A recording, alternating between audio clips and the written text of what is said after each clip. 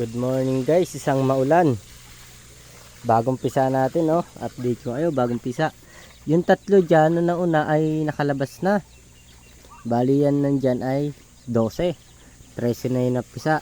Meron pang natitira. Kaya di pa nalabas, so sunod yan. Nalabas na yan.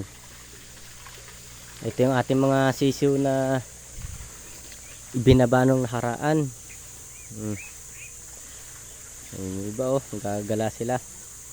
May ito lumabas. Tapos yun, kabila. Naapakan sila. Kaya kailangan natin ikulong yan sa sunod. Pagka naglabasan na. Okay yan. May papisa tayong 15 na ngayon ulit. Baka 2 linggo, meron na din ulit. Tapos 3 linggo, meron ulit papisain. Doon naman, saka doon. Mauna yun nandun sa kabila, sa kubo. Kabilang kubo. Tapos sunod yun nandito sa or ito nandito sa kabila. Okay. Update ko kayo guys sa sunod.